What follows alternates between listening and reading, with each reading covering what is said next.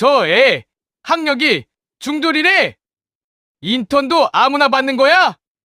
회사 사람들은 그 아이를 사람 취급하지 않았습니다. 어려운 자빌은 죄다 그 애한테 넘겼고 같은 여직원들조차 뒤에서 손가락질을 했어요. 그런데요. 어느 날 회사 전체가 발칵 뒤집혔습니다. 수백억짜리 해외 투자 계약이 통째로 날아갈 위기에 처한 거예요. 임원들이 전부 모여 긴급 회의를 열었고 쟁쟁한 엘리트들이 머리를 맞대고 앉아 있는데 아무도 해결책을 찾지 못했습니다. 바로 그때였어요. 회의 자료를 전달하러 들어온 그 아이가 문가에서 아주 조용히 말했습니다. 저 계약서 해외 환율 조건이 잘못됐습니다. 회의실이 쥐 죽은 듯 조용해졌어요. 그리고 그 다음 일어난 일들이 이 이야기의 전부입니다. 이 아이는 과연 누구일까요? 왜 중학교를 그만둬야 했을까요? 그리고 아무도 모르는 사이 그 아이는 무엇을 준비하고 있었던 걸까요? 박지연이라는 이름을 처음 제대로 불러준 사람이 몇이나 됐을까요? 아이는 어릴 때부터 그냥 거기에 저 집 딸 아니면 그냥 야였습니다. 동네 구멍가게 앞에서도 학교 복도에서도 집에서도 지연이라는 세 글자가 누군가의 입에서 따뜻하게 발음된 기억이 거의 없었어요. 지연이 태어난 곳은 인천의 조그만 달동네였습니다. 부모님은 평생 허리가 휘도록 일했지만 살림은 나아지지 않았어요. 아버지는 공사판을 전전했고 어머니는 공장에 다녔습니다. 두 분 다 새벽같이 나가서 저녁 늦게 돌아오셨는데 돌아오실 때의 표정이 늘 같았어요. 지쳐 있고 조금은 미안해 보이고 그래서 더 말이 없으셨습니다. 지연은 혼자 밥을 차려 먹고 혼자 숙제를 하고 혼자 잠드는 걸 너무 이르게 배워버린 아이였어요. 그래도 공부는 좋아했습니다. 아니, 정확하게 말하면 책이 좋았어요. 학교 도서관에서 빌려온 책들을 이불 속에서 손전등을 켜고 읽는 게 낙이었거든요. 선생님들은 가끔 그 아이를 눈여겨봤습니다. 지연이는 이해력이 남달라. 저 아이 좋은데 보내면 크게 되겠는데. 그런 말들이 교무실에서 오갔지만 지연의 귀에까지 들어오지는 않았어요. 중학교 2학년 겨울이었습니다. 아버지가 공사 현장에서 사고를 당했어요. 다행히 목숨은 건졌지만 한쪽 다리를 크게 다쳐서 한동안 일을 못하게 됐습니다. 병원비가 눈덩이처럼 불었어요. 어머니 혼자서는 도저히 감당이 안 됐고요. 어느 날 저녁 지연은 어머니가 부엌 쪽 창가에 기대어 혼자 우는 걸 봤습니다. 어머니는 소리도 없이 울고 있었어요. 그냥 눈물이 뚝뚝 흘러내리는데 손도 안 닿고 그냥 서 있었습니다. 지연은 그날 밤 결심했어요. 학교를 그만두겠다고. 어머니한테 말씀드리니 처음엔 극구 반대하셨습니다. 안 돼, 절대 안 돼. 공부해야 해, 너는. 하지만 지연은 이미 마음을 굳혔고 그 다음 날부터 야간 알바를 알아보기 시작했어요. 편의점, 식당 설거지, 전단지, 배포 할 수 있는 건 다 했습니다. 15살짜리 아이가 새벽까지 일하고 집에 돌아와서 이불을 뒤집어 쓰던 그 시절이 지연의 인생에서 가장 길고 지독했던 터널이었습니다. 그런데 참 이상한 건 그때도 지연은 책을 놓지 않았다는 거예요. 알바를 마치고 들어오면 새벽 1시, 2시인데 지연은 씻지도 않고 낡은 노트를 폈습니다. 뭔가를 적었어요. 그날 들은 것들, 그날 궁금했던 것들, 편의점에서 손님들이 나누는 말 중에 모르는 단어가 나오면 꼭 기록해뒀다가 나중에 찾아봤습니다. 누가 시키는 것도 아니고 보는 사람도 없었지만요. 지연의 노트는 그렇게 쌓여갔어요. 아버지가 어느 정도 회복되셨을 때 지연은 16살이었습니다. 그때부터는 조금 더 체계적으로 공부를 시작했어요. 도서관에서 경제책을 빌려 읽었고 인터넷에서 무료 강의를 찾아 들었습니다. 요즘 젊은 분들이 말씀하시는 유튜브 강의 같은 걸 열심히 봤어요. 영어도 혼자 공부했습니다. 처음엔 알파벳도 제대로 모를 정도였는데 몇 년 뒤엔 영어 원서로 된 금융교재를 읽을 정도가 됐으니까요. 그 과정이 쉬웠을까요? 천만에요. 모르는 단어가 나오면 그 뜻을 찾고 그 뜻을 이해하려면 또 다른 개념을 알아야 하고 그걸 찾다 보면 또 다른 개념이 나오고 끝이 없는 미로 같았어요. 도와줄 선생님도 없었고 같이 공부할 친구도 없었습니다. 오로지 지연 혼자였어요. 근데 그게 어쩌면 강점이 됐습니다. 혼자 공부하는 사람은 이해가 될 때까지 멈추지 않거든요. 학교에서는 선생님이 설명하고 넘어가면 그냥 따라가야 하지만 지연은 달랐어요. 왜 이렇게 되는 거지? 라는 질문이 해결될 때까지 그 자리를 벗어나지 않았습니다. 그러다 보니 개념이 뼛속까지 박히게 됐어요. 표면만 아는 게 아니라 뿌리까지 아는 공부가 됐습니다. 환율을 처음 공부한 건 지연이 19살 때였어요. 경제책에서 환율 항목을 읽다가 이게 사람들 실생활에 이렇게까지 영향을 미치는구나 하고 깜짝 놀랐다고 해요. 환율이 오르고 내리는 게 단순히 여행 갈 때 환전하는 문제가 아니라 기업의 수출입 계약, 대출이자, 물가, 일자리까지 연결된다는 걸 알게 되면서 경제라는 게 사람이 살아가는 모든 것과 닿아 있구나 싶었대요. 그날 밤 지연은 노트에 이렇게 썼다고 합니다. 환율은 세상의 숨소리 같은 것이다. 눈에 보이지 않지만 없으면 살 수가 없다. 그 노트가 나중에 얼마나 중요한 역할을 하게 되는지 그 순간에 지연은 물론 몰랐겠지요.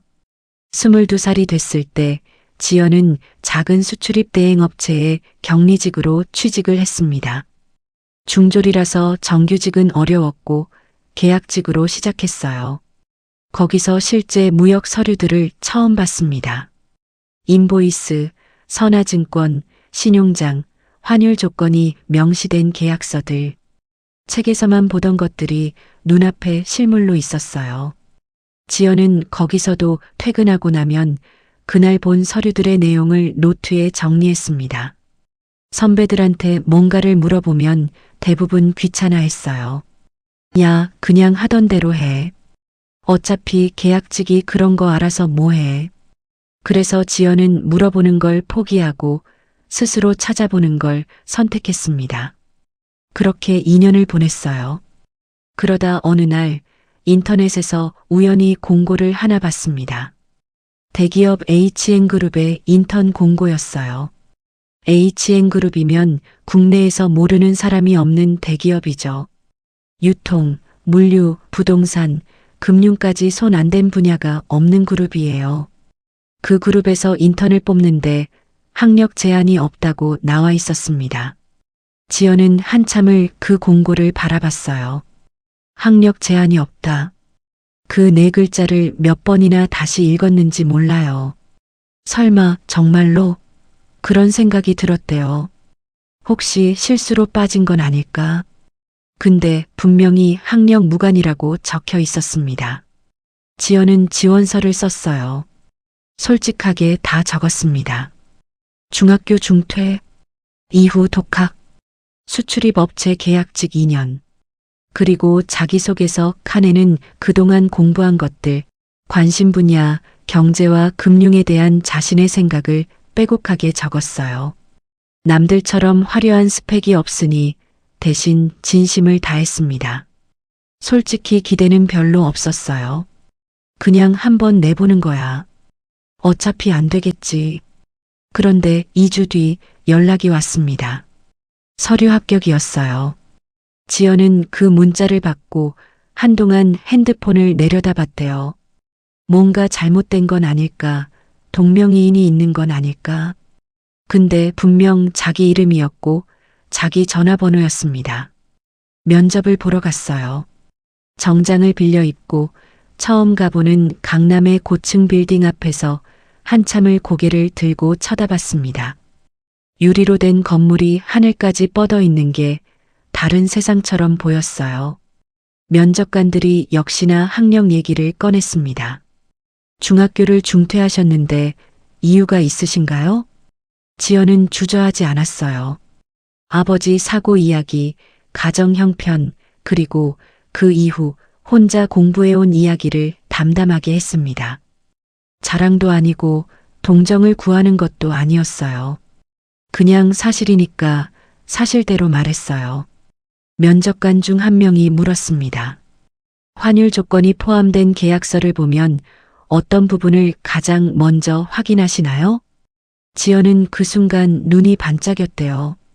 기준 환율이 어느 시점 기준인지, 변동 환율인지, 고정 환율인지를 먼저 봅니다. 그리고 환율 차이가 발생했을 때 손실을 누가 부담하는지 명시가 돼 있는지 확인하고요. 특히 장기 계약일수록 환율 변동 리스크 조항이 빠져 있으면 나중에 큰 손실로 이어질 수 있거든요. 면접실이 잠깐 조용해졌습니다. 면접관들이 서로 눈빛을 교환했어요.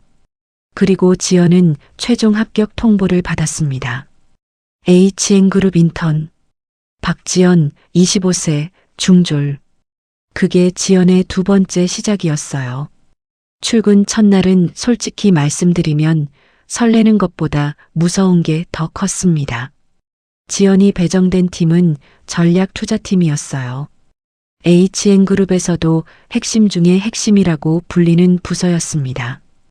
해외 투자 프로젝트를 발굴하고 추진하는 곳인데 팀원들 학력이 죄다 서울대, 연대, 고대, 해외 MBA 출신이었어요. 지연이 들어서자마자 시선이 쏠렸습니다. 수군거림은 첫날부터 시작됐어요. 저 사람 인턴이래? 어디서 왔대? 중졸이라던데. 진짜? 여기 중졸이 어떻게 들어왔어? 아, 어디선가 낙하산 아니야? 아는 사람 있는 거지. 지연의 귀에도 다 들렸습니다. 모른 척했어요.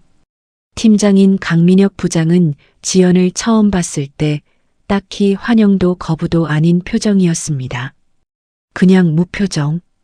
인사하니까 고개를 끄덕였고 자리 저기야 하고 손으로 구석 자리를 가리켰어요. 그리고 바로 등을 돌렸습니다. 지연은 그 자리에 앉았어요. 자리가 복사기 옆이었습니다. 사람들이 복사를 할 때마다 기계 소리가 귓전에서 울렸어요.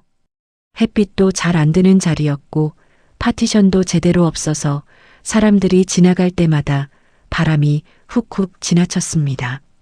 첫 주가 시작됐어요. 인턴한테는 보통 간단한 보조 업무를 주죠. 자료 수집, 정리, 서류 복사, 그런 것들이요. 근데 전략 투자팀은 달랐습니다. 여기선 일부러 어렵고 귀찮은 것들을 떠넘겼어요. 야, 인턴. 이 영문 계약서 5개 내일까지 정리해.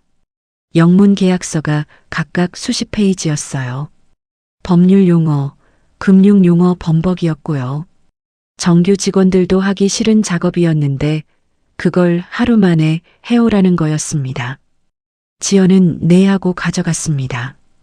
그날 밤 12시까지 남아서 다 했어요. 모르는 단어는 찾아가면서 완성도가 낮으면 틀린 것보다 더 나쁘다는 걸 알고 있었거든요. 그래서 하나하나 꼼꼼하게 했습니다. 다음 날 아침 팀장 강민혁 부장 책상에 올려놨어요. 부장은 훑어보더니 별말 없이 서류 더미에 넣었습니다. 잘했다는 말도 수고했다는 말도 없었어요. 그런 날들이 이어졌습니다.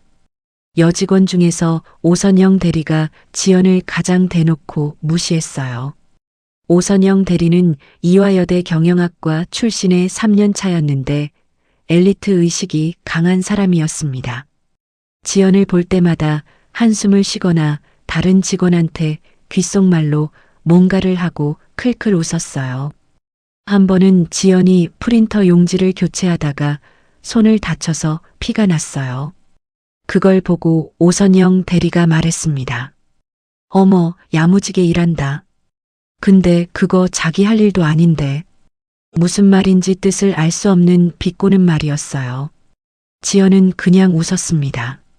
또 한 번은 팀 회의가 있었는데 지연은 회의 자료를 전달하는 역할만 있었어요. 회의실에 들어가지도 못하고 문 앞에서 기다렸습니다. 회의가 끝나고 나오는 팀원들 중에서 누군가가 지나치면서 말했어요. 중졸이 여기서 뭘 배우겠어. 그냥 부려먹기 편하니까 쓰는 거지. 분명히 들으라고 한 말이었어요. 지연은 그날 저녁 퇴근하면서 버스 안에서 창밖을 보다가 눈물이 났습니다. 근데 소리는 안 냈어요. 그냥 창에 이마를 대고 흘러가는 바깥 풍경을 바라봤어요. 집에 와서 밥도 안 먹고 노트를 폈습니다. 그날 들은 것들, 그날 배운 것들, 그날 이해한 것들을 적었어요.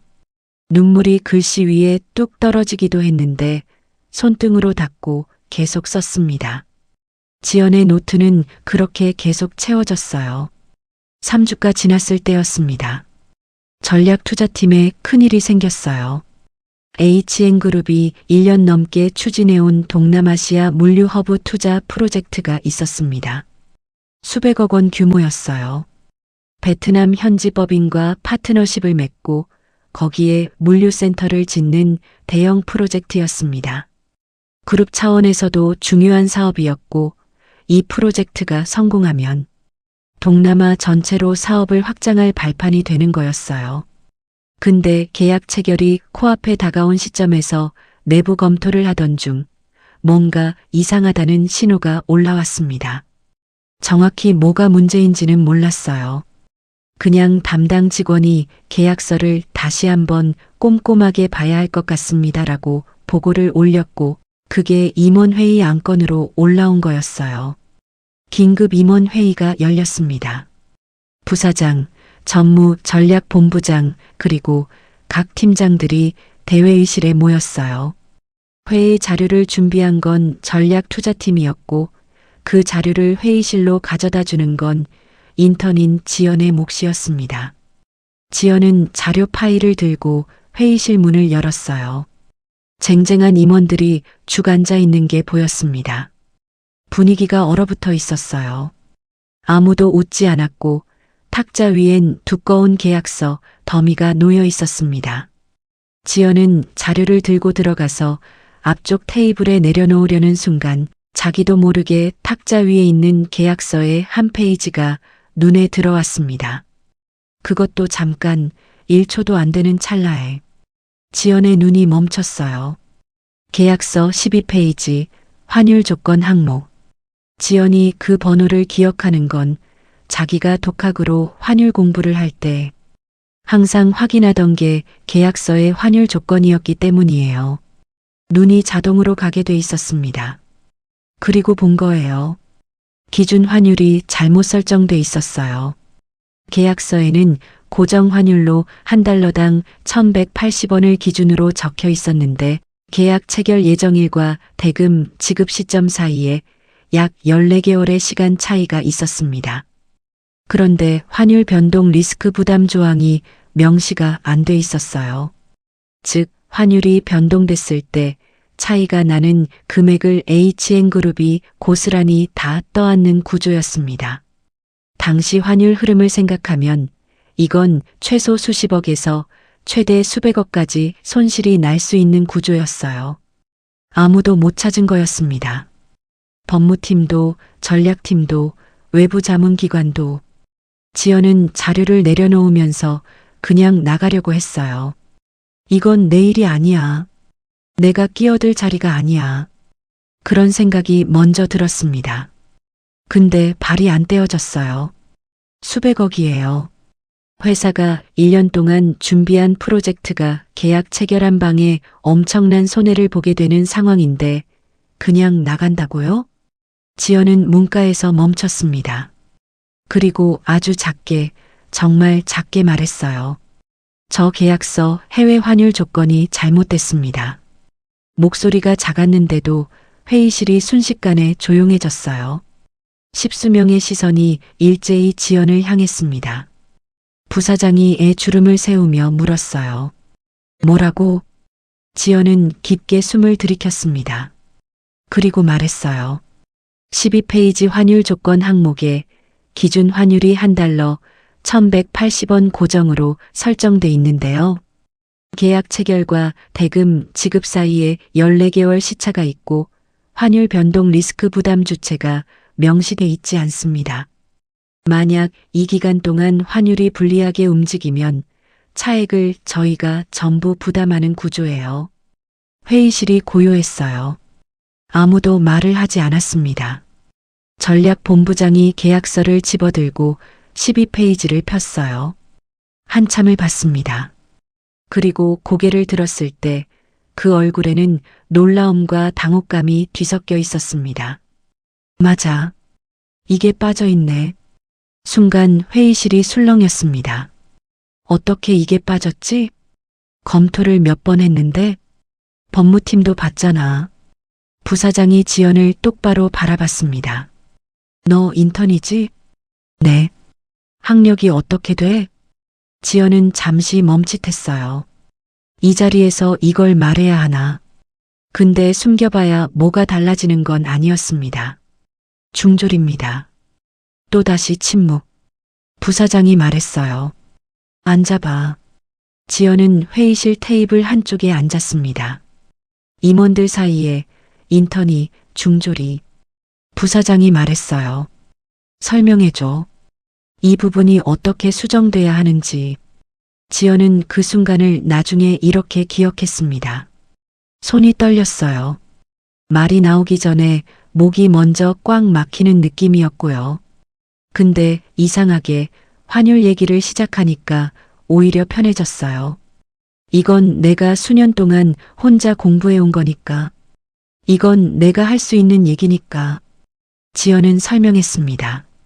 14개월이라는 시간 차이 동안 환율이 어떻게 움직일 수 있는지, 10원만 움직여도 계약 규모에서는 얼마의 차이가 생기는지, 리스크 부담 조항이 어떻게 명시돼야 하는지, 대안으로는 변동 환율 조항을 넣거나 아니면 환율 변동 상한선을 설정하고 초과분은 협의 조항으로 처리하는 방법이 있다는 것까지 쉬지 않고 말했어요. 목소리가 처음에는 작았지만 점점 또렷해졌습니다. 임원들이 서로 눈을 마주쳤어요. 그리고 부사장이 고개를 끄덕였습니다. 맞아. 이렇게 해야 해. 그 한마디가 지연의 인생을 바꿔놓는 시작이었습니다. 회의가 끝난 뒤 회의실 밖으로 나온 지연은 복도 화장실로 뛰어갔어요. 문을 잠그고 세면대 앞에 섰습니다. 거울을 봤어요. 숨이 거칠었고 손이 아직도 떨렸습니다. 무릎도 좀 후들거렸어요. 한참을 그렇게 있다가 찬물을 틀어서 손목에 댔습니다. 차가운 물이 손목을 타고 올라오는 느낌. 잘했어. 스스로한테 말했어요. 아무도 없는 화장실에서. 그런데 잘못한 걸까요? 나서지 말았어야 했나? 그런 생각도 동시에 들었습니다. 인턴이 임원회의에서 계약서 지적을 하다니. 아무리 맞는 말이라도 선을 넘은 거 아닌가. 근데 뭐가 어쨌든 이미 한 일이었어요. 팀으로 돌아왔을 때 분위기가 묘하게 달라져 있었어요. 강민혁 부장이 지연을 불렀습니다. 평소에는 그냥 인턴이라고 불렀는데 이번엔 박지연 씨라고 불렀어요. 아까 회의실에서 한 얘기 혼자 생각한 거야? 네. 언제부터 환율 공부를 했어? 19살 때부터요. 부장이 한참 지연을 바라봤어요. 노트 가지고 와봐. 지연은 자기 자리로 가서 낡은 노트 한 권을 가져왔습니다. 표지가 구겨지고 모서리가 다른 수년 동안 써온 노트였어요. 환율, 금융, 무역 조건들에 대해서 지연이 공부하면서 정리한 내용들이 빼곡하게 적혀 있었습니다. 중간중간 스스로 만든 도표도 있었고 사례들을 분석해 놓은 페이지도 있었어요. 부장이 노트를 펼쳐서 봤습니다. 몇 페이지를 넘기다가 멈췄어요. 한참을 읽었습니다. 그리고 노트를 지연에게 돌려주면서 아무 말도 안 했어요. 근데 표정이 처음과는 달랐습니다. 그날 저녁 오선영 대리가 지연한테 왔어요. 뭔가 말을 하려는 것 같았는데 결국 수고했어요 라는 말 한마디만 하고 자기 자리로 돌아갔습니다. 오선영 대리의 입에서 그 말이 나온 건 지연이 입사하고 처음이었어요. 그 다음 날 대표이사가 전략투자팀에 직접 연락을 해왔습니다. HN그룹의 대표이사 윤재원 씨. 나이는 52살, 20년 넘게 그룹에서 일하고 최고 자리까지 오른 사람이에요. 그냥 위에서 지시만 내리는 사람이 아니라 현장을 직접 챙기는 걸로 유명한 분이었습니다. 그 대표이사가 전략투자팀 팀장한테 전화를 했어요. 어제 회의에서 계약서 잡은 인턴, 누구야? 강민혁 부장이 대답했습니다. 박지연이라고 이번에 들어온 인턴입니다. 학력이 중졸이라고 합니다. 잠시 침묵이 있었다고 해요. 그리고 대표이사가 말했습니다. 내일 오전에 잠깐 올라오라고 해. 대표이사 집무실로 올라오라는 말이었어요. 부장이 지연한테 전달했을 때 지연은 처음엔 잘못 들은 줄 알았습니다. 제가요? 응. 대표이사님이 직접 부르셨어. 지연은 그날 밤 잠을 거의 못 잤어요. 왜 부르는 걸까? 혹시 어제 일로 문제가 생긴 건 아닐까? 인턴이 회의 자리에서 나서는 건 월권이었을까? 혹시 그걸 가지고 뭔가 따지려는 건 아닐까? 별별 생각이 다 들었습니다. 다음 날 아침 지연은 회사 제일 높은 층에 있는 대표이사 집무실로 올라갔어요. 비서실을 지나서 집무실 문 앞에 섰습니다. 노크를 했어요. 들어오세요. 문을 열고 들어갔을 때 윤재원 대표이사가 소파 쪽에서 일어나며 지연을 맞았어요. 악수를 청했습니다. 지연은 당황했어요. 대표이사가 인턴한테 먼저 손을 내민다는 게 생각지도 못한 일이었으니까요. 악수를 했습니다. 앉아요. 소파에 마주 앉았어요. 대표이사가 말했습니다. 어제 일 얘기 들었어요. 고마워요. 아니에요. 당연히 해야 할 일이었습니다. 당연하지 않아요. 그건 엄연히 자기 업무 범위를 벗어난 거였고 말했다가 이상하게 보일 수도 있는 상황이었는데 그래도 말했잖아요. 그게 쉬운 일이 아니에요. 지연은 대답하지 않았습니다. 대표이사가 계속 말했어요. 학력 얘기는 솔직히 나는 별 관심 없어요. 내가 봐온 사람들 중에 학력이 좋아도 아무 생각 없는 사람 많이 봤고 반대로 스펙은 없어도 눈이 번뜩이는 사람들 봤어요. 어제 지연 씨가 한 건 눈이 번뜩이는 사람의 일이에요. 그 말이 지연의 가슴 속에서 뭔가를 건드렸습니다. 눈물이 날 것 같았어요. 근데 참았습니다. 대표이사가 물었어요. 환율을 언제부터 공부했어요? 19살 때부터요. 독학으로요. 왜요? 재밌었어요. 숫자가 세상이랑 연결되는 방식이요. 환율 하나가 바뀌면 물건값이 바뀌고 일자리가 바뀌고 가족들의 생활이 바뀌는 게 그게 신기했어요. 대표이사가 잠시 지연을 바라봤습니다. 지연 씨, 혹시 이 회사에서 계속 일하고 싶은 마음이 있어요? 네. 어떤 일을 하고 싶어요? 지연은 생각했어요. 솔직하게 말해도 될까? 어차피 인턴인데, 어차피 학력이 중졸인데. 근데 여기까지 왔으면 솔직한 게 맞겠다는 생각이 들었습니다. 투자 계약을 분석하는 일을 하고 싶어요. 계약서에서 리스크를 잡아내고 더 좋은 조건을 만드는 일이요. 대표이사가 고개를 끄덕였어요. 그 일 잘할 수 있을 것 같아요? 네. 자신 있어요. 잠시 침묵이 흘렀습니다. 대표이사가 말했어요. 좋아요. 내가 팀장한테 얘기할게요. 지연은 집무실을 나왔어요. 엘리베이터를 타고 내려오면서 문이 닫히자마자 조용히 울었습니다. 소리 없이요. 눈물이 멈추면 또 나왔어요. 그냥 오래 울었습니다. 전략 투자팀으로 돌아온 지연을 바라보는 시선이 달라지기 시작했습니다. 노골적으로 무시하는 사람은 줄었어요. 대신 어색한 눈빛들이 늘었습니다. 저 인턴이 대표이사님한테 불려갔다 왔대. 뭔 일이야? 그런 수군거림으로 바뀌었어요. 지연은 그런 것에 별로 신경을 쓰지 않았습니다. 그냥 일했어요. 그런데 대표이사와의 면담 이후 강민혁 부장이 지연한테 주는 업무가 달라졌어요. 전처럼 잡일만 시키지 않았습니다. 실제 계약서 검토 보조 업무가 들어왔고 팀 내부 회의에도 처음으로 참석하게 됐어요. 지연은 회의에서 말을 아꼈습니다. 인턴이 설치는 것처럼 보이면 안 된다는 걸 알았으니까요. 근데 기록은 열심히 했어요. 회의에서 오가는 말들, 논의하는 내용들을 꼼꼼하게 적었습니다. 그리고 며칠이 지났을 때 다른 프로젝트 건의 계약서를 검토하던 팀원 중 한 명이 지연한테 물어왔어요. 지연 씨, 이 부분 어떻게 해석하면 돼? 현지 통화 기준인지 달러 기준인지 애매하게 나와 있어서. 지연은 서류를 봤습니다.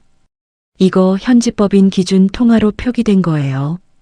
근데 이 조항 바로 아래 문장이랑 연결해서 읽으면 지급 시점 환율 적용이라고 해석해야 해요. 그럼 여기 이 금액이랑 실제 지급 금액이 달라질 수 있어요. 팀원이 다시 서류를 봤습니다. 아, 진짜네. 이렇게 연결해서 읽어야 하는 거구나. 그런 일들이 조금씩 생겼어요. 팀원들이 하나씩 물어보기 시작했습니다. 처음엔 아주 조심스럽게 그냥 지나가듯이요. 근데 지연이 대답해 줄 때마다 도움이 됐고 그러다 보니 점점 자연스럽게 됐습니다. 오선영 대리도 달라졌어요. 어느 날 오선영 대리가 지연한테 말을 걸었습니다. 박지연 씨, 저번에 내가 좀 그랬죠. 미안해요. 지연은 깜짝 놀랐어요. 뭐라고 해야 할지 몰라서 잠깐 멈췄다가 말했습니다. 아니에요. 다들 당연히 의아했겠죠. 오선영 대리가 잠깐 뭔가를 말할 듯 하다가 그냥 앞으로 잘 부탁드려요라고 했어요. 그리고 자기 자리로 갔습니다. 지연은 그 뒷모습을 보면서 생각했어요. 사람은 변하는구나. 아니, 사람은 처음부터 그렇게 나쁜 게 아니구나. 모르니까 무시하는 거고 알게 되면 달라지는 거구나. 인턴 기간이 2달째로 접어들었을 때였습니다. 전략 투자팀이 새로운 프로젝트에 매달렸어요. 동남아시아 물류 허브 프로젝트는 계약서를 수정해서 정상적으로 진행되고 있었고 이번엔 일본 파트너사와의 합작 투자건이 새로 들어왔습니다. 지연도 자료 준비에 참여했어요. 일본어 계약서가 포함돼 있었는데 번역된 한국어본이 있긴 했지만 일부 항목이 어색하게 번역됐다는 얘기가 나왔습니다. 그때 지연이 말했어요. 제가 원문 봐도 될까요? 팀원들이 좀 놀란 얼굴로 봤습니다. 일본어 알아? 기본적으로는요. 혼자 공부했어요. 완벽하지는 않다고 했어요. 일상 회화가 유창한 수준은 아니지만 법률 문서나 계약서 정도는 사전을 참고하면서 읽을 수 있다고 했습니다. 원문 파일을 받아서 봤어요. 번역본에서 어색하게 처리된 부분을 찾았고 원문의 정확한 뜻이 한국어로는 이렇게 표현돼야 한다고 짚어줬습니다. 강민혁 부장이 그걸 확인하더니 말했어요. 이거 중요한 부분이었어.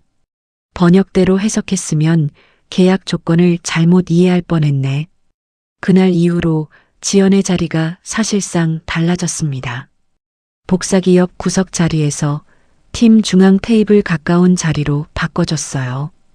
아무도 공식적으로 설명하지 않았지만 자연스럽게 그렇게 됐습니다. 인턴 기간이 끝나갈 무렵이었어요. 전략 투자팀 전체가 모이는 분기 워크숍이 있었습니다. 팀 내 프로젝트 현황을 공유하고 앞으로의 방향을 논의하는 자리였는데 인턴도 같이 참석하는 자리였어요. 강민혁 부장이 한 가지를 제안했습니다. 지난 2달 동안 팀 업무를 가까이서 본 지연 씨가 외부 시각으로 팀 업무 프로세스에 대해서 의견을 줄 수 있을 것 같아선 짧게라도 얘기를 해주면 좋을 것 같은데 지연은 준비가 돼 있었어요. 그동안 매일 노트에 적어왔거든요. 팀 업무를 보면서 느낀 것들, 어떤 부분이 효율적이고 어떤 부분에서 시간 낭비가 생기는지, 계약 검토 과정에서 놓치기 쉬운 포인트가 어디인지. 지연은 노트를 들고 말했습니다. 제가 2달 동안 보면서 느낀 건요. 우리 팀이 계약서를 검토할 때 각 담당자가 각자의 전문 영역을 집중적으로 보는 구조인데요. 그러다 보니 두 항목 사이의 연결 부분, 즉, 이 조항이 다른 조항에 영향을 미치는 부분이 상대적으로 덜 체크되는 것 같아요. 첫 번째 계약서 건도 그랬거든요. 환율 조항 자체는 있었는데 그게 지급 일정 조항이랑 연결됐을 때 생기는 문제를 각자가 자기 파트만 봤기 때문에 놓친 것 같아요. 팀원들이 고개를 끄덕였습니다. 그래서 제안드리고 싶은 건 최종 검토 단계에서 항목 간 교차 검토 단계를 추가하는 거예요.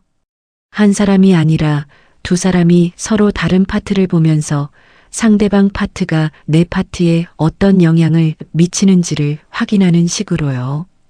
강민혁 부장이 말했어요. 구체적인 방법이 있어? 체크리스트를 만들면 어떨까 해요. 어떤 항목이 다른 어떤 항목과 연결되는지를 미리 매핑해 놓은 거요. 제가 초안을 한번 만들어 볼게요. 만들어 봐. 그렇게 해서 지연은 체크리스트 초안을 만들었어요. 다음 주에 팀에 공유했고 강민혁 부장이 몇 가지를 보완해서 팀 내 공식 프로세스로 채택됐습니다. 그 체크리스트는 나중에 전략본부 전체로 확산됐어요. 인턴이 만든 서류가 본부 표준 프로세스가 된 거였습니다. 인턴 기간 마지막 날이었습니다. 그날 아침 지연은 평소대로 출근했어요. 평소보다 조금 일찍 왔고 자리에 앉아서 노트를 폈습니다. 지난 3달을 정리해서 썼어요. 배운 것들, 느낀 것들, 아쉬웠던 것들. 그리고 오전 11시 강민혁 부장이 팀 전체를 모았어요. 오늘이 지연 씨 마지막 날인 거 다들 알지. 잠깐 시간 내줘. 팀원들이 주위로 모였습니다. 부장이 말했어요. 지난 3달 동안 수고해줬어요. 처음 들어왔을 때랑 비교하면 많이 달라진 것 같고 팀도 지연 씨한테 도움을 많이 받았어요. 팀원들이 박수를 쳤어요. 지연은 감사합니다라고 했습니다. 그때 강민혁 부장이 서류 하나를 내밀었어요. 이건 내가 드리는 게 아니라 위에서 내려온 거예요. 지연이 서류를 받았습니다. 눈을 내렸어요. 그리고 멈췄습니다. 발령 통지서였어요. 전략투자팀 정규직 채용, 직급 주임, 박지연. 손이 떨렸어요. 서류를 들고 있는 손이 달달달 떨렸습니다. 부장이 말했어요. 대표이사님이 직접 사인한 거야. 팀장 자리 제안도 고려됐는데 지연 씨가 우리 팀 업무를 더 배우면서 성장하는 게 맞다고 판단해서 일단 주임으로 시작하는 걸로 결정됐어요. 물론 전적으로 지연 씨 의사를 먼저 확인해야 하지만 지연은 말이 안 나왔습니다. 그냥 발령장을 바라봤어요. 박지연, 주임, 전략투자팀, 하겠습니다. 그게 전부였어요. 길게 말할 수가 없었어요. 오선영 대리가 지연 옆으로 왔어요. 축하해요. 이번엔 진심이 담긴 목소리였어요. 팀원들이 하나씩 다가왔습니다. 축하한다고, 같이 일하게 돼서 좋다고. 지연은 그 자리에서 조용히 울었어요. 이번엔 소리를 좀 냈습니다. 처음으로요. 그리고 발령 첫날이었습니다. 박지연 주임, 전략투자팀 정규 직원. 지연은 그날 아침 유독 일찍 출근했어요. 새 사원증을 받았습니다. 인턴 때의 허름한 방문자 명찰이 아니라 회사 로고와 자기 이름이 새겨진 정식 사원증. 지연은 사원증을 목에 걸었습니다. 그리고 전략투자팀이 있는 층의 엘리베이터에서 내렸어요. 복도를 걸었습니다. 팀 문이 보였어요. 문을 열고 들어섰는데 팀원 전원이 자리에서 일어나 박수를 쳤습니다. 지연은 멈췄어요. 눈을 깜빡였습니다. 강민혁 부장이 웃고 있었어요. 오선영 대리도 웃고 있었습니다. 처음에 수군거리던 사람들도, 지연을 못 본 척하던 사람들도 다 일어서서 박수를 쳤습니다. 지연은 그 자리에서 고개를 숙였어요. 감사합니다. 고개를 들었을 때 눈이 빨개져 있었습니다. 그래도 웃었어요. 처음으로 이 회사에서 제대로 웃었습니다. 지연의 이야기는 거기서 끝이 아니었습니다. 지연은 전략투자팀에서 일하면서 계속 공부했어요. 방송통신대학교에 편입해서 경영학 학위를 취득했고 이후 자격증도 몇 개 더 땄습니다. 하지만 그것보다 더 중요한 건 지연이 팀에서 필요한 사람이 됐다는 거예요. 계약서를 보는 눈, 숫자 사이에서 리스크를 찾아내는 감각, 그리고 무엇보다 아무도 말하지 않을 때 말하는 용기.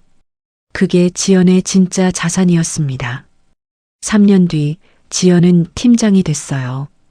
5년 뒤에는 전략본부의 과장이 됐습니다. 가끔 회사에 새 인턴이 들어오면 지연은 꼭 그 사람한테 직접 말을 걸었어요. 어디서 왔어요? 학교가 어디예요? 그런 질문은 안 했습니다. 대신 이렇게 물었어요. 뭐가 제일 어렵게 느껴져요? 뭐든 모르는 거 있으면 나한테 물어봐요. 지연한테 도움을 받은 인턴들이 한둘이 아니었어요. 그 중에서 누군가가 나중에 물었습니다. 선배님은 어떻게 그렇게 됐어요? 중졸로 여기까지. 지연이 웃으면서 대답했어요. 노트 덕분이에요. 노트요? 모르는 걸 그냥 넘기지 않았어요. 매일 밤 그날 이해 안 됐던 것, 궁금했던 것, 배운 것 다 적었거든요. 그게 쌓이면 달라지더라고요. 그 인턴이 다음 날부터 노트를 샀습니다. 그리고 열심히 적었어요. 그렇게 지연의 노트는 계속 이어졌습니다.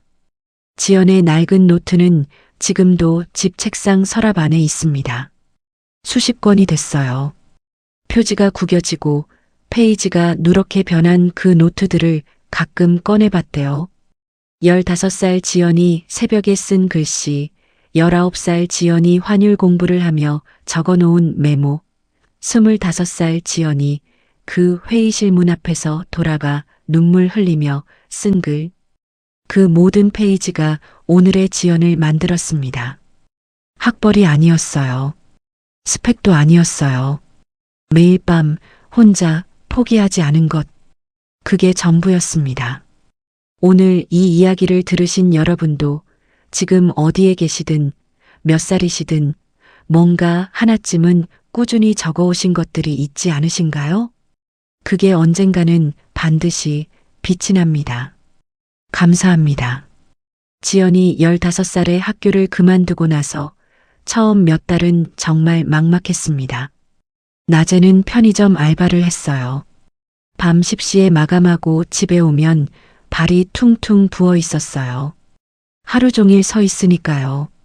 그 시절 지연이 신던 운동화는 밑창이 닳아서 빗길에 발이 다 젖었는데 새 신발 살 돈이 없어서 그냥 신었습니다. 그래도 집에 오면 노트를 폈어요. 첫 번째 노트에 적힌 가장 첫 문장은 이랬습니다. 오늘도 모르는 게 생겼다. 그게 오히려 좋다. 모르는 게 없으면 배울 것도 없으니까. 15살이 쓴 글이에요. 그 문장을 나중에 어른이 된 지연이 다시 봤을 때 한참 그 자리에 멈춰 있었대요. 저 어린애가 어디서 그런 생각을 했을까? 그 시절에 나는 참 단단했구나. 그렇게 생각했다고 합니다. 지연이 독학을 하면서 가장 힘든 건 외로움이었어요. 같이 공부하는 사람이 없었거든요. 모르는 게 생겨도 물어볼 사람이 없었고, 내가 제대로 이해한 건지 확인해 줄 사람도 없었습니다. 그냥 혼자 읽고, 혼자 생각하고, 혼자 맞다고 믿었어요. 근데 그 과정이 오히려 공부를 깊게 만들었습니다.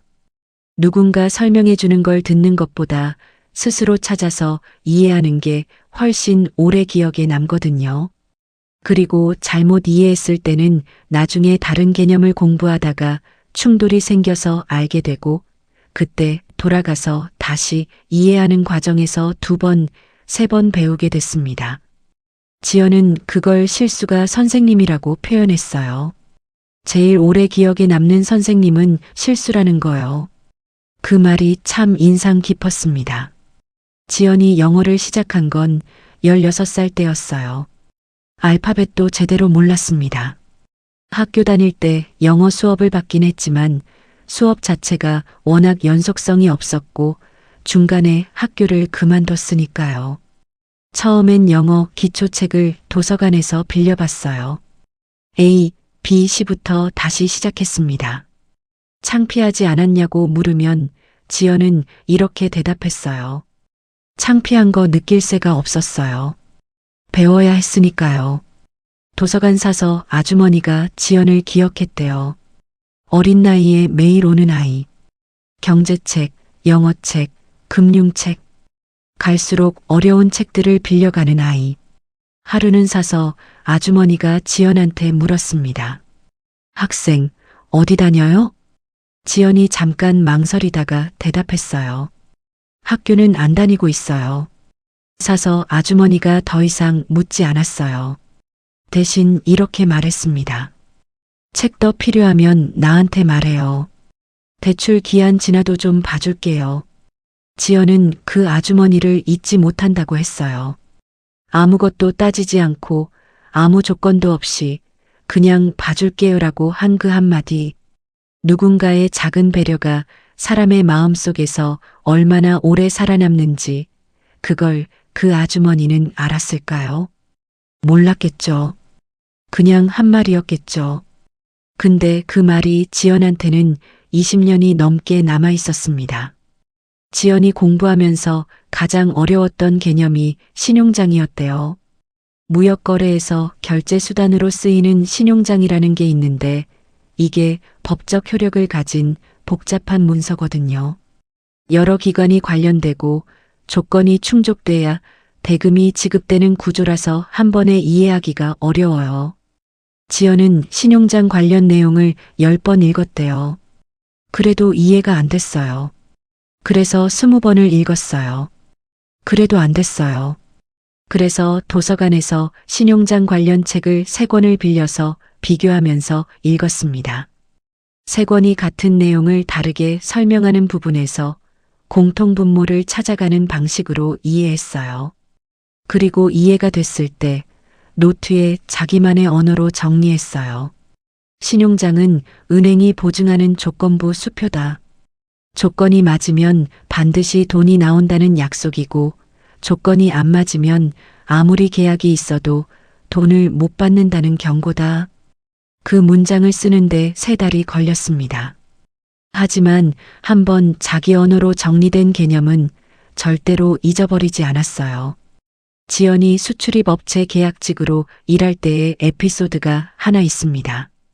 그 회사에서 일본 업체와 계약을 하는 건이 있었는데 담당자가 계약서를 검토하다가 막히는 부분이 생겼어요.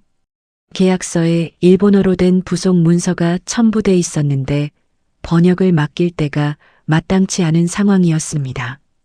담당자가 지나가다가 지연한테 무심결에 말했어요. 야, 혹시 일본어 할 줄 아는 사람 없나? 이 문서가 무슨 내용인지 알아야 되는데. 지연이 조용히 말했습니다. 제가 봐도 될까요? 담당자가 반신반의하면서 문서를 줬어요. 지연이 한참 읽었습니다.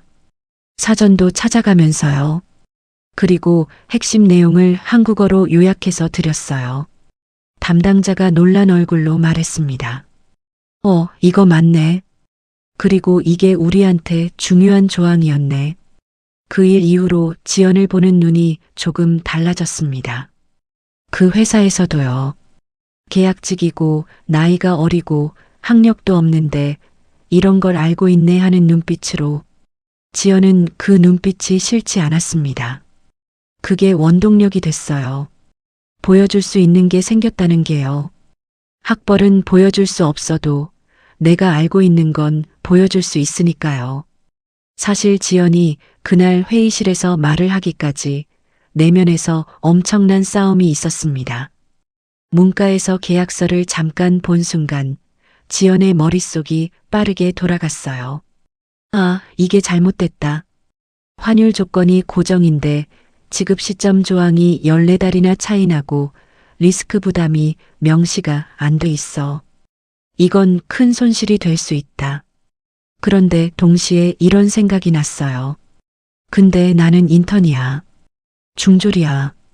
저 안에 앉아있는 사람들은 서울대, 연대, 해외 MBA야. 내가 틀린 건 아닐까? 내가 잘못 이해한 건 아닐까?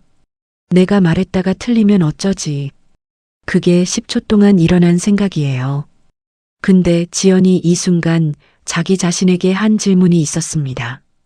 틀려도 말을 해야 해? 아니면 맞아도 말을 안 해야 해?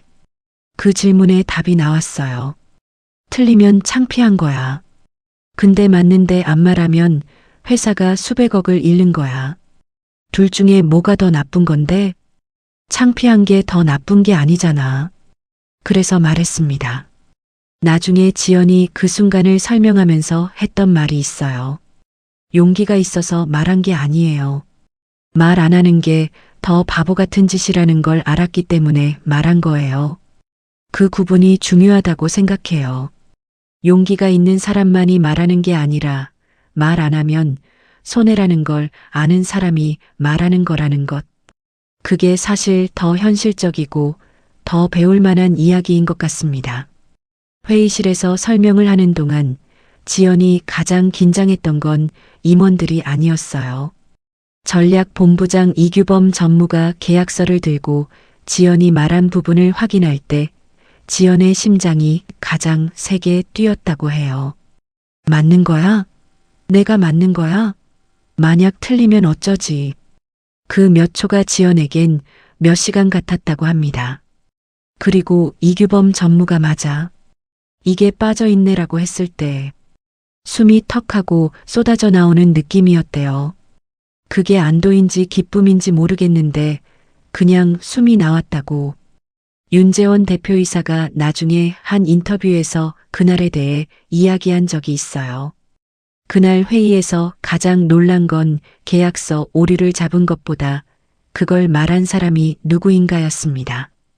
인턴이, 그것도 스펙이라고는 아무것도 없는 인턴이 임원들이 가득 찬 방에서 조용히 손을 들고 말했어요. 그 모습이 오래 기억에 남았습니다. 그 순간이 이 사람을 채용해야겠다고 결심한 순간이에요. 그 말을 전해 들었을 때 지연은 웃었습니다. 손을 든 게 아니라 그냥 말한 건데 그 말도 참 지연답죠. 지연이 정규직 채용 통보를 받은 날 저녁 집에 가서 부모님께 말씀드렸습니다. 아버지는 말이 없었어요. 발표를 듣고 나서 그냥 고개를 숙이고 한참 있다가 눈물을 훔쳤습니다. 아버지가 우는 걸 지연은 처음 봤어요. 어머니는 처음엔 믿지를 못했습니다. 정말이야? 진짜로? 인턴이 정규직이 됐어? 응, 엄마. 어머니가 지연을 꽉 껴안았어요. 한참을 그러고 있었습니다. 어머니가 말했어요. 미안했어. 엄마가 공부를 더 시켜줬어야 했는데. 지연이 말했습니다. 무슨 소리야? 엄마 아빠가 없었으면 내가 어떻게 여기까지 왔겠어. 그 말이 진심이었어요. 지연은 인터뷰에서 이런 말을 했습니다. 가난은 분명히 내 길에서 많은 것들을 빼앗아 갔어요. 학교도 친구들도 편안한 어린 시절도요. 근데 한 가지 절대 빼앗아가지 못한 게 있어요. 포기하지 않는 마음이요. 그건 가난도 어떻게 못했어요. 그 말이 마음에 오래 걸렸습니다. 가난이 빼앗아가지 못하는 것들이 있다는 것. 그리고 그게 결국 가장 중요한 것들이라는 것. 지연의 아버지는 딸이 정규직이 된 뒤에도 여전히 소박하게 사셨습니다. 뭔가를 크게 바라지 않으셨어요. 지연이 명절에 용돈을 드리면 이거 아껴 써야 한다고 하셨대요. 그래도 지연이 회사 사원증을 보여드렸을 때는 한참을 들고 계셨다고 해요. 사진이 박혀 있는 이름이 새겨진 그 작은 카드를. 이게 네 이름이 박힌 거지? 응. 잘됐다. 딱 2글자였습니다. 잘됐다. 근데 지연은 그 2글자가 어떤 긴 칭찬보다 좋았다고 했어요. 오선영 대리 이야기를 좀 더 드려야 할 것 같아요. 오선영 대리가 처음부터 나쁜 사람은 아니었습니다. 그냥 평생 공부 잘하고 좋은 학교 나오고 좋은 회사 들어오는 게 당연한 세계에서만 살았던 사람이었어요. 그런 사람 눈에는 스펙이 없는 사람이 같은 공간에 있다는 게 불편했던 거예요. 내가 이걸 위해서 얼마나 노력했는데 라는 생각도 있었겠죠. 근데 지연이 계약서 오류를 잡아낸 그날 오선영 대리가 충격을 받은 건 단순히 이 사람이 똑똑하구나가 아니었어요. 저 사람이 나보다 더 중요한 일을 했네. 그게 더 컸습니다. 내가 서울대 나오고 영어도 잘하고 프레젠테이션도 잘하는데 내가 그 계약서 오류를 못 잡았잖아. 근데 중졸 인턴이 잡았잖아. 그게 오선영 대리한테 뭔가를 건드렸어요. 자존심이라면 자존심, 열등감이라면 열등감인데 그게 정직한 반성으로 이어졌습니다. 나는 내가 잘하는 것만 봤구나. 내가 못 보는 게 있었구나. 그리고 지연한테 미안하다고 한 거예요. 그 이후로 오선영 대리는 지연한테 많이 물어봤습니다. 계약서 검토할 때 어떻게 봐야 하는지, 환율 조항은 어떤 기준으로 판단해야 하는지, 지연은 성심껏 설명해 줬어요. 어색함이 없었습니다. 나중에 오선영 대리가 지연한테 했다는 말이 있어요. 박주임이 나한테 가르쳐 준 게 학벌보다 눈이 중요하다는 거예요. 서류 볼 때 어디를 봐야 하는지, 무엇을 놓치면 안 되는지. 그게 학교에서 배운 게 아니잖아요. 경험이고 관심이고 공부예요. 나는 그냥 학교에서 시키는 것만 열심히 했던 것 같아요. 그 말을 전해 들은 지연이 웃으면서 말했습니다. 그래도 선배 그 공부가 없었으면 나도 힘들었어요. 나는 이론이 약한데 선배가 이론 정리를 잘하시잖아요. 같이 있으니까 더 좋은 거예요. 그게 진짜 팀워크 아닐까요? 각자 다른 강점을 가진 사람들이 서로의 부족한 부분을 채우면서 같이 일하는 것. 지연과 오선영 대리는 나중에 같은 프로젝트의 공동 담당자가 됐어요. 회사에서도 꽤 인상적인 조합으로 알려졌습니다. 엘리트와 독학파의 만남이라고 우스갯소리로 그렇게 불렸는데 두 사람은 그 말이 싫지 않았다고 해요. 지연이 팀장이 된 뒤에 사내 강연을 한 번 한 적이 있어요. 신입사원과 인턴들을 대상으로 하는 강연이었는데 지연이 특별히 부탁을 받아서 자기 이야기를 했습니다. 강연이 끝나고 질문 시간이 됐을 때 한 인턴이 손을 들었어요. 선배님, 저는 지방 4년제를 나왔는데요. 이 회사에서 서울 명문대 출신들이랑 경쟁이 되겠냐는 생각이 자꾸 들어요. 어떻게 하면 그 생각을 없앨 수 있어요? 지연이 잠깐 생각했습니다. 그리고 말했어요. 그 생각을 없애려고 하지 마세요. 인턴이 의아한 얼굴로 봤어요. 지연이 계속 말했습니다. 그 생각은 사라지지 않아요. 나도 지금도 가끔 들어요. 내가 뭘 이 자리에서 하고 있지 싶은 순간들이요.